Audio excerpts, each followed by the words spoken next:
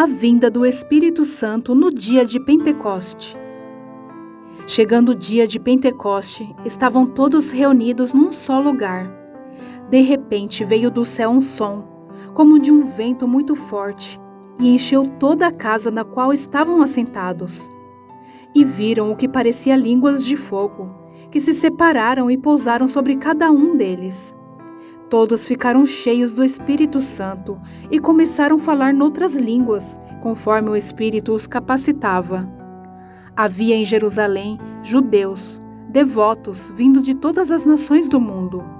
Ouvindo-se o som, ajuntou-se uma multidão que ficou perplexa, pois cada um os ouvia falar em sua própria língua.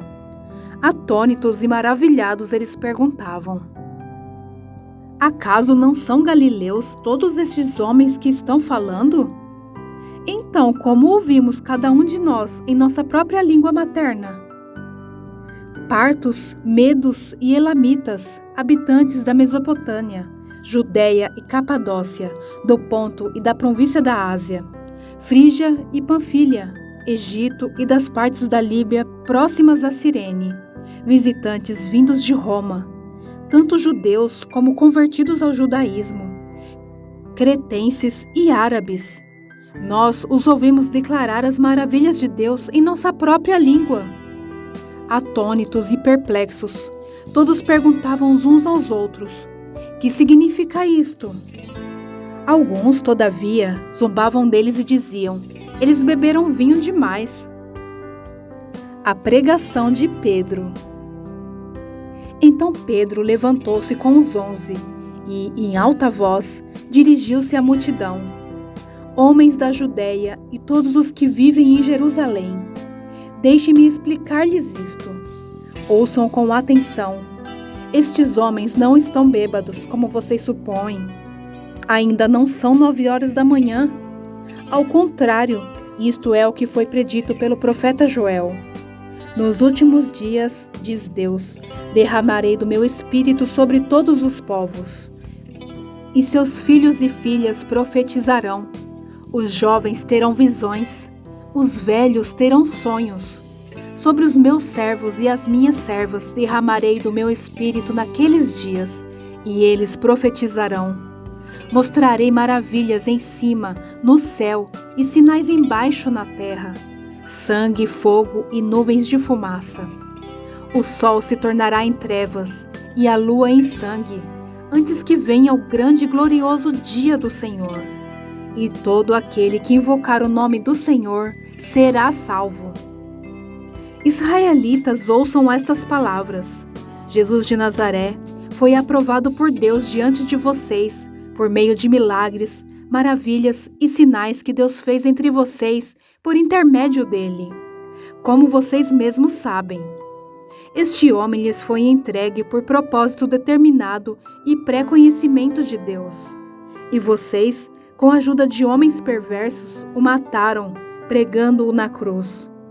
Mas Deus o ressuscitou dos mortos, rompendo os laços da morte, porque era impossível que a morte o retivesse. A respeito dele, disse Davi: eu sempre via o Senhor diante de mim, porque ele está à minha direita. Não serei abalado. Por isso o meu coração está alegre, e a minha língua exulta. O meu corpo também repousará em esperança, porque tu não me abandonarás no sepulcro, nem permitirás que o teu santo sofra decomposição. Tu me fizeste conhecer os caminhos da vida, e me encherás de alegria na tua presença. Irmãos, posso dizer-lhes com franqueza que o patriarca Davi morreu e foi sepultado, e o seu túmulo está entre nós até o dia de hoje. Mas ele era profeta e sabia que Deus lhe prometera sob juramento que colocaria um dos seus descendentes em seu trono. Prevendo isso, falou da ressurreição do Cristo, que não foi abandonado no sepulcro e cujo corpo não sofreu decomposição. Deus ressuscitou este Jesus, e todos nós somos testemunhas desse fato. Exaltado à direita de Deus, ele recebeu do Pai o Espírito Santo prometido e derramou o que vocês agora veem e ouvem. Pois Davi não subiu aos céus, Mas ele mesmo declarou: O Senhor disse ao meu Senhor: Senta-te à minha direita, até que eu ponha os teus inimigos como estrado para os teus pés.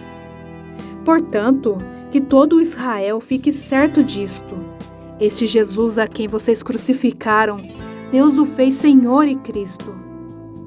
Quando ouviram isso, ficaram aflitos em seu coração e perguntaram a Pedro e aos outros apóstolos: Irmãos, que faremos?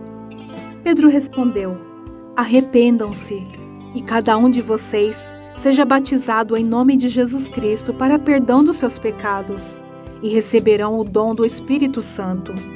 Pois a promessa é para vocês, para os seus filhos e para todos os que estão longe, para todos quantos o Senhor, o nosso Deus, chamar.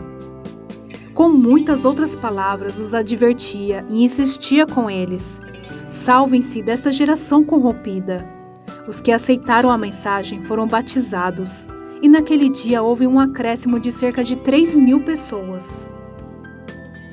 A comunhão dos cristãos. Eles se dedicavam ao ensino dos apóstolos e à comunhão, ao partir do pão e às orações. Todos estavam cheios de temor, e muitas maravilhas e sinais eram feitos pelos apóstolos. Os que criam mantinham-se unidos e tinham tudo em comum. Vendendo suas propriedades e bens, distribuíam a cada um conforme a sua necessidade. Todos os dias continuavam a reunir-se no pátio do templo. Partiam o pão em suas casas e juntos participavam das refeições, com alegria e sinceridade de coração, louvando a Deus e tendo a simpatia de todo o povo. E o Senhor lhes acrescentava diariamente os que iam sendo salvos.